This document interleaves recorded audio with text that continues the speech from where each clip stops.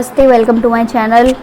And हमने part 1 कर लिया था क्लास 3 के एनवायरनमेंट का। तो अब हम पार्ट 2 पे आते हैं, जो कि है हमारा परिवार।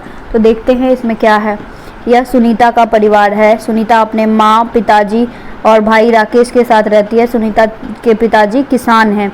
सुनीता और राकेश पास के स्कूल में पढ़ने जाते हैं। यह दिलीप का परिवार है।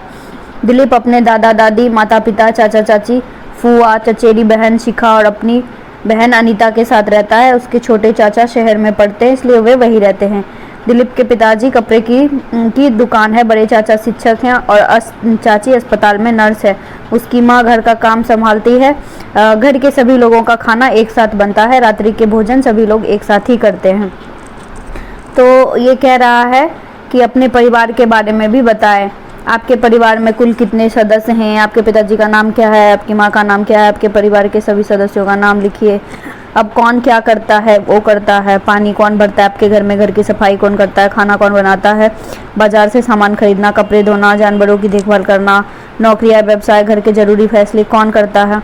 ऐसे 2 काम बताइए जो आपके पिताजी आपके लिए करते हैं। ऐसे 2 काम जो आपकी माता करती हैं और आपके घर में क्या क्या काम करते हैं। हाँ, ठीक है। फिर है, परिवार में सभी लोग एक साथ नहीं रहे तो क्या होगा। अपने दादाजी के से पूछकर बताइए कि कैसे रहते थे, कौन क्या करता था। तो बेसिकली ये भी चैप्टर रिश्तों के ही बारे में दिया हुआ है, और रिश्तों में घर में कौन कौन से लोग रहते हैं और कौन कौन से लोग कौन कौन से काम करते हैं और किनका किनका योगदान होता है। घर के डिसीजन मेकिंग कौन लेते हैं, औरतों का डिसीजन मेकिंग होता है कि नहीं घर में। बेसिकली ये चैप्टर उसी सारी चीज़ों के बारे में दिया हुआ है। अब यहाँ पे एक फ्लो चार्ट दिया हुआ है जिसमें कि दिलीप के परिवार के बारे में बताया गया है। ठीक है। फिर ये बोला दिलीप ने अपने परिवार, इसी तरह आप अपने परिवार की वंशावली बनाइए कि आपके परिवार में कौन कौन से लोग रहते हैं। ठीक है।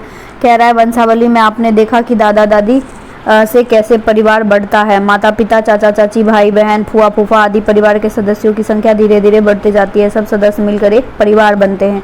एक परिवार के सदस्यों की कई कभी समानताएं भी पाई जाती हैं। दिलीप को याद आया, उसकी दादी अक्सर कहा करती है वह अपने दादा जैसा लंबा है। बाल संभालने के समय सुनीता माँ से कहती है, माँ मेरे बाल तुम्हारे जैसे ही लंबे हैं। तो बेसिकली ये वंशावली के बारे में दिया गया है, और हेरिडिटरी चीज़ें जो होती हैं कैसे कैसे एक जीन से दूसरे जीन में ट्रांसफ़र होती हैं, थोड़ा सा इसमें वो भी चीज़ के बारे में डिस्कस किया गया है। तो नेक्स्ट वीडियो में हम देखते हैं कि चैप्टर 3 में क्या है।